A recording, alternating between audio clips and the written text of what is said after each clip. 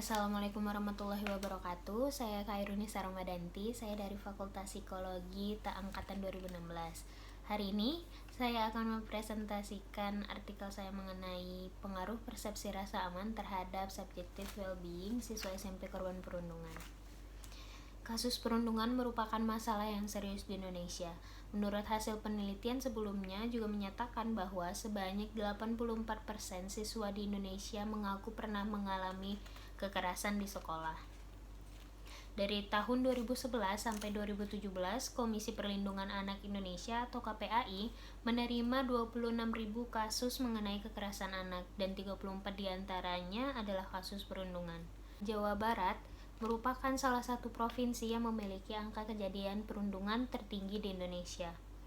Rekap data tahun 2018 di Unit Pelayanan Teknis Pusat Pelayanan Terpadu Pemberdayaan Perempuan dan Anak atau UPTP 2 TP2A di Kota Bandung menunjukkan bahwa pada tahun 2017 terdapat 65 laporan kasus perundungan dan mengalami peningkatan jumlahnya pada periode Januari hingga Juli tahun 2018 sehingga menjadi 71 laporan.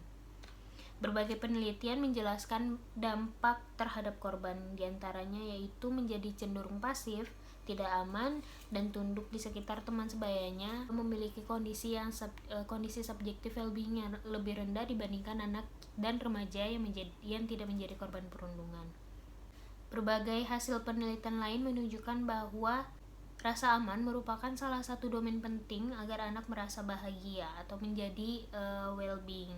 Di Indonesia, rasa aman masih merupakan persoalan yang serius yang dihadapi anak dan remaja. Beberapa kasus di media massa juga menunjukkan bahwa tingginya angka kejahatan dan angka perundungan yang mengindikasikan rendahnya rasa aman yang dirasakan ketika berada di lingkungan sekitar. Beberapa kasus di Indonesia bahkan menunjukkan bahwa rumah belum menjadi tempat yang aman bagi anak dan remaja karena sering terjadi tindak kekerasan dan kriminalitas yang dilakukan oleh orang yang dikenal dekat oleh anak dan bahkan tinggal dalam satu rumah. Selain itu, tingginya angka perundungan di sekolah juga menjadi indikasi bahwa sekolah belum menjadi tempat yang aman bagi anak dan remaja. Meskipun banyak studi memaparkan mengenai kekerasan anak di berbagai setting antara lain lingkungan dan di sekolah, hanya beberapa studi yang menganalisis pengaruh persepsi rasa aman anak terhadap subjective well-being.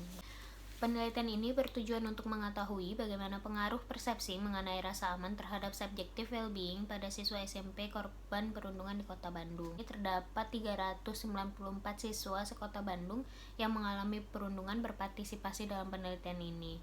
Untuk mendapatkan sampel yang representatif juga digunakan teknik stratified cluster random sampling. Pada penelitian ini menggunakan 3 alat ukur yang telah diadaptasi ke dalam bahasa Indonesia sesuai dengan prosedur adaptasi alat ukur psikologi lintas budaya. Ketiga alat ukur tersebut adalah alat ukur perundungan, alat ukur SWB yang dinamakan dengan CWSWBS, dan yang terakhir adalah alat ukur persepsi rasa aman. Pengambilan data ini dilakukan menggunakan kuesioner dan dilakukan secara klasikal. Hasil penelitian juga menunjukkan bahwa persepsi rasa aman berpengaruh signifikan terhadap subjective well-being pada siswa SMP yang menjadi korban perundungan. Hasil penelitian ditemukan bahwa siswa mempersepsikan rasa aman di rumah itu ketika orang-orang yang tinggal di dalam rumahnya itu memberikan perhatian dan juga memperhatikan dan mendengarkan pendapat mereka. Sedangkan di sekolah ini remaja akan merasa aman ketika anak-anak lain akan menolong mereka ketika memiliki masalah. Kemudian guru-guru juga mau memperhatikan dan mendengarkan pendapat mereka. Pada penelitian ini ditemukan bahwa siswa laki-laki memiliki SWB yang lebih besar dibandingkan dengan anak perempuan. Beberapa penelitian justru berbanding terbalik dengan hasil penelitian yang ditemukan. Penelitian yang sebelumnya juga menyatakan bahwa anak perempuan justru memiliki skor SWB yang lebih tinggi dibandingkan dengan anak laki-laki karena anak perempuan ini secara sosial mendapatkan dukungan interpersonal dari orang lain.